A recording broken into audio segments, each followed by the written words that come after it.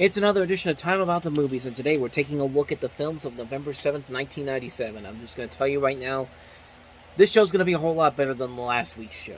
The show we did yesterday, basically, but last week's movies in general. So, yeah, that was not a good week to talk about those movies here. But this week, we have 5 movies, and luckily 3 out of the 5 movies are films that are worth talking about. And including the first movie that we have here, and that is Paul Verhoeven's Starship Troopers. Since his existence, man has ruled the earth. In the future, the rules will change.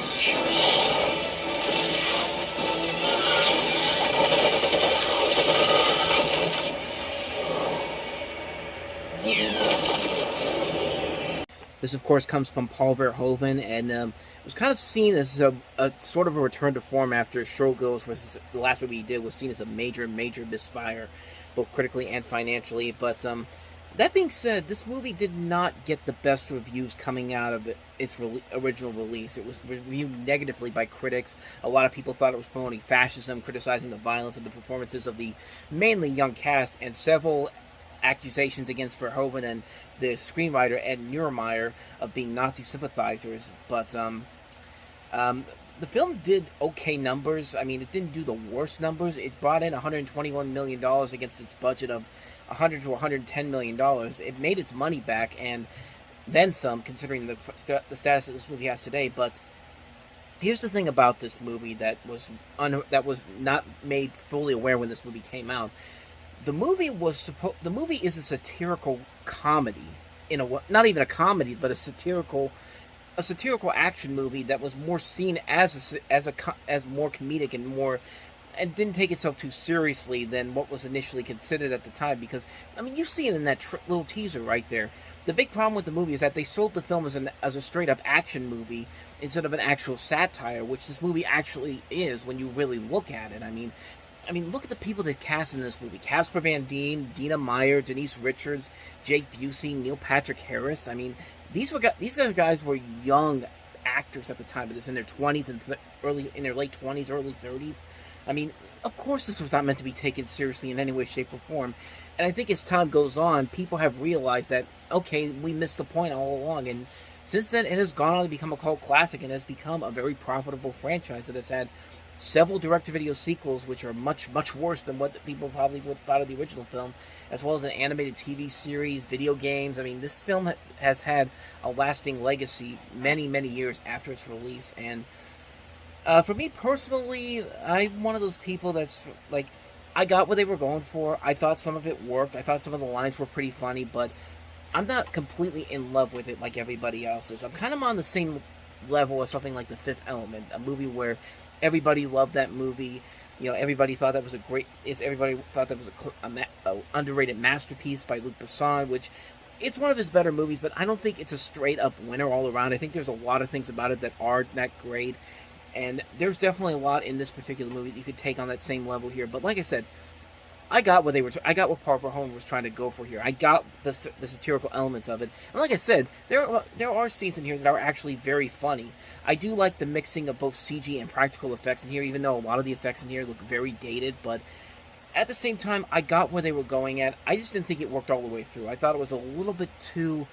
I don't know, it just wasn't too... It didn't do anything really groundbreaking or unique to make me really appreciate it like everybody else does. I did realize what they were going for at the beginning here. I never thought this movie was going to be taken seriously whatsoever, and I'll give them credit, though. Like, I'll give them credit for at least trying. I don't think it worked all the way through. That's just my personal take on it, but at least it's a lot better to watch than something like Showgirls, a movie that almost would have killed Paul Verhoeven's career after that, but luckily it didn't, and his career kind of got back on track here after this. Just checking here to see if he did anything. He did a couple movies of noteworthiness that we'll eventually get to. Movies that I think are fun in the way that they're handled, including Hollow Man, which was his next film, but we'll eventually delve into that one once we get to that one. But it was, like I said, it's a nice return to form for him after what happened with Showgirls. Not the best movie overall, but certainly not a terrible movie by any means. I get why people love it. I thought it was just okay. I felt it could have been a whole lot better, but I still enjoyed it for what it was. So that's Starship Troopers. Let's go ahead and move on to another film that was, I think, unfairly criticized. Dustin Hoffman and John Travolta in Mad City. To tell you, okay, I got two things I want to tell you. I'm not listening to you as long as you're holding that gun. I'll tell you. Mr. Banks. Get that stupid thing away. That was a sharp one, right? Are you going to listen now? We're in the middle of a hostage situation at the Museum of Natural History where our correspondent, Max Brackett, is being held hostage. Do you want to tell us why you're here? You don't. I don't think you're crazy. I know you're not a terrorist. I know you're just an ordinary guy who popped this top. People don't listen to guys like me. You got to connect with those people out there. I want everybody to back off, and I'm going to talk when I'm good and ready. How's that? Sounded good to me. With a simple demand, the madness started. You'll dance for a Learjet or a fast car. I just want my job back. I don't want him understood. I want him out here and arrested. With a reporter's ambition, the story grew. Mobilize every camera and audio crew you can get. Big bucks. Show business. With the media's power, it became a spectacle. You know that Sam Bailey is making you famous? I just want to go home, okay? Is getting the story the same as getting the truth? Please don't have any control, so now some news guy's running things. Is the news what we need to know, or what we want to hear? How do I know you're coming back? Because you're the best show in town, Sam. It may be unethical. I don't want to cross the line, Lou. I just want to move it a little. It may be immoral. What are you doing? You know you're going to sink the guy. I'm not sinking him, he's sunk. But it makes great television. This insanity benefits your career. I hope it does. The world is watching. We're in Madeline, California. We got this guy, Sam Bailey. Say that, just say my name. Why have you chosen to stay on in this volatile situation? But is anybody listening? I didn't mean for this to happen. I mean, I wasn't trying for this to happen. When I go in front of the camera, I will say that you're in charge. Say thank you. Thank you. You're manipulating it. I'm not manipulating anything. I'm controlling the story. I don't know. I'm just kind of like this guy that has a job, goes to work every day. I don't know if anyone cares. I don't know if anyone's listening to me. It's my daddy.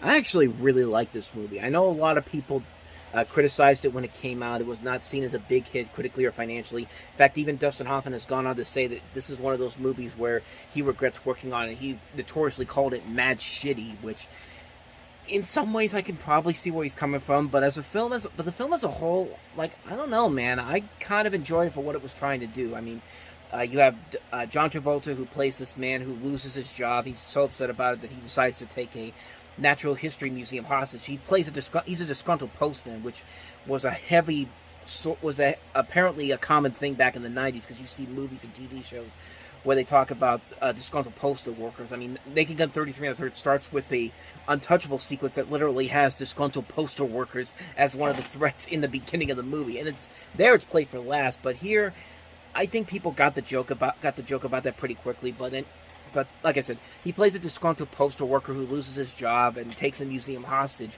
And he has this journalist there, this news reporter, played by Dustin Hoffman, who's in the museum when this occurs.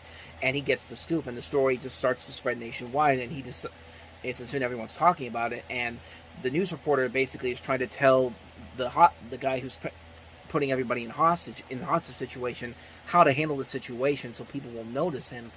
And in a way, I think it's actually kind of a fun little satirical concept about how the news media can oversaturate stuff, get these stories to go over more than they should. I mean, you see in the trailer that this story gets mentioned on both The Tonight Show and Larry King Live. I mean, I think that's a fun idea to play around with here. Does it work all the way through? Probably not. I don't think it's a strong film overall, but I certainly don't think it's one of the worst movies ever made, like many people thought it was. But I like what they were going with the idea here. I think it is a fun idea to satirize the news media and how they overblow several stories like this. And it's funny that Dustin Hoffman had this movie come out the very same year he had another movie where he had to use the media to help create a fake war in Wag the Dog, which is a far better movie. We'll eventually get to that one once we get to Christmas time. But But yeah, I think this is a pretty solid film. I like Dustin Hoffman and John Travolta in here. You've got a great cast that includes Mia Kirshner, Alan Alda, Blythe Danner, Ted Levine, Raymond J. Barry. It's directed by Costa-Garvas, who gave us Music Box, Betrayed, Missing, the Jack Lemmon movie from the 80s. I mean, I think it's a really solid film. I don't think it's a perfect film all the way through, but I definitely think it's a lot better than I think people give it credit for. I remember wanting to see this movie when I was 9 years old, and I saw the trailers for it. I don't know, for some reason, I got invested in, I got hooked into this idea. Yeah, and I don't know, something just made me want to see it, and it took me a long time to actually get to see it in theaters, not in theaters, but on DVD in full, and I thought it delivered what I thought it was going to deliver. I thought it was an overall enjoyable film. It definitely has a lot of flaws to it, but I'm one of those few people that actually really likes this movie a lot. I would say I'd recommend checking it out, but I don't know if most people would like it either. But you should give it a try. Give it a try. Go into it knowing that it's not going to be a great film whatsoever, and actually would be is more of a fun idea of how the news media overblows everything, and it kind of makes for a pretty intriguing film, at least in my personal opinion on it. But the next movie, I think we can all agree, is a very good movie. It's Kasi Lemon's Eve's Bayou.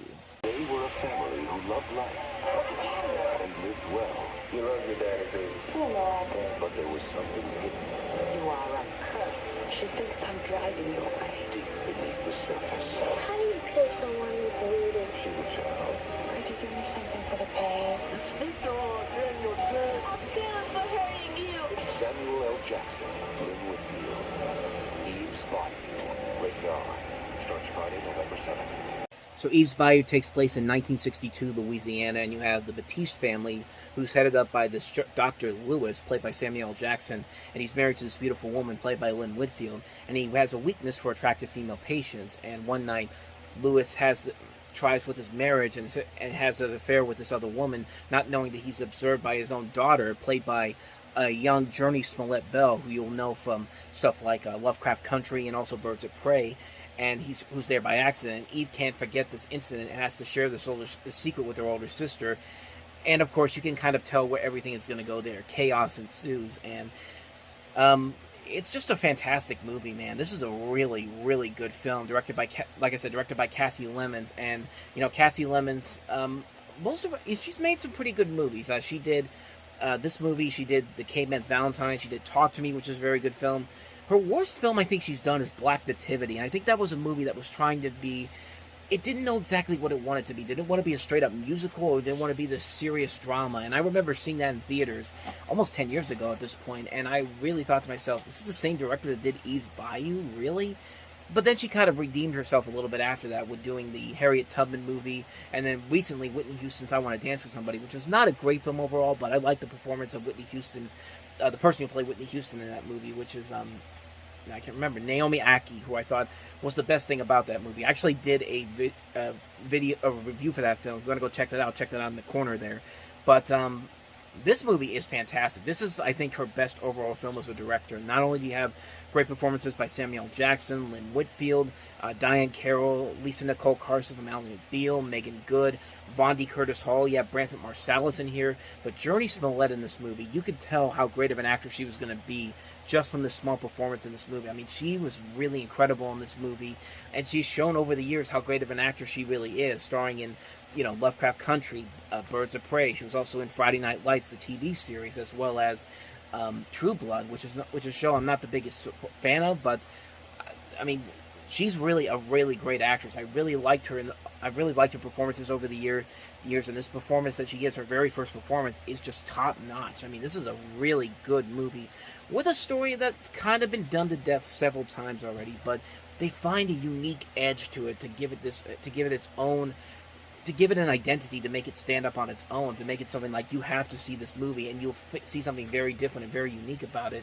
Every performance in this movie is well done. It's a terrific film, an amazing achievement by this director and this cast as well. I think it's a fantastic movie. I think it's a really great film, and I was so happy I was able to pick this up on Criterion recently. We got the Barnes & Noble's 50% off. Criterion still going on as of the time of recording this, so if you really want to see this movie and you want to get a good deal on it, head to Barnes & Noble and get this movie because it's definitely worth a watch. I'd highly recommend this movie. This is one of my favorite movies from '97. It's been a long time since it took me a long time to see this movie but I'm so glad I did. This is one of the best movies of '97. Like, it definitely be.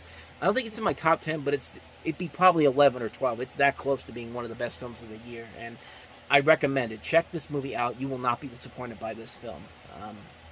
So with that said, on to the next movie, and that is Helena Bonham Carter in The Wings of the Dove.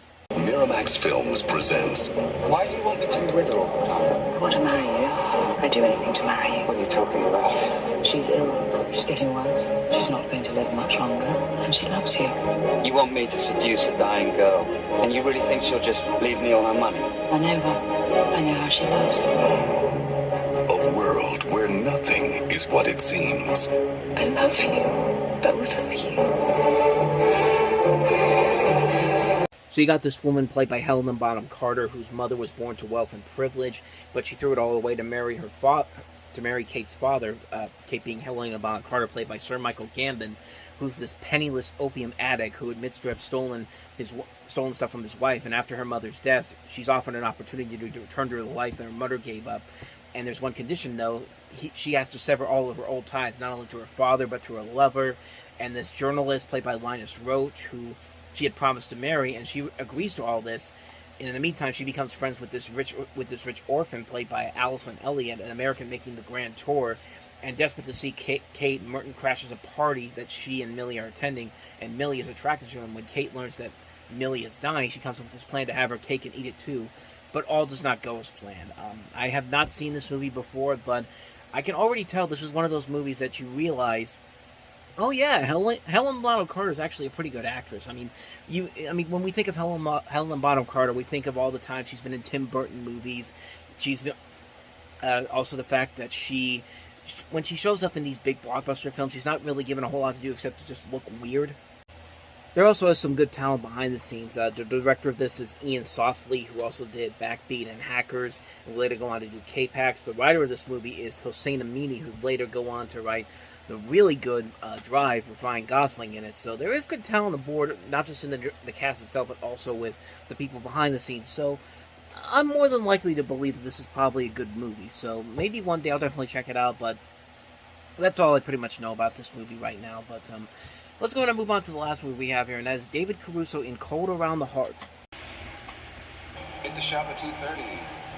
Slowest part of the day. Only 3 employees. Smash and grab. Gives the cops only 3 minutes to respond. They thought they pulled off the perfect crime, but their getaway. Dad, we're not going to make it, are we? Are we? No. Was anything.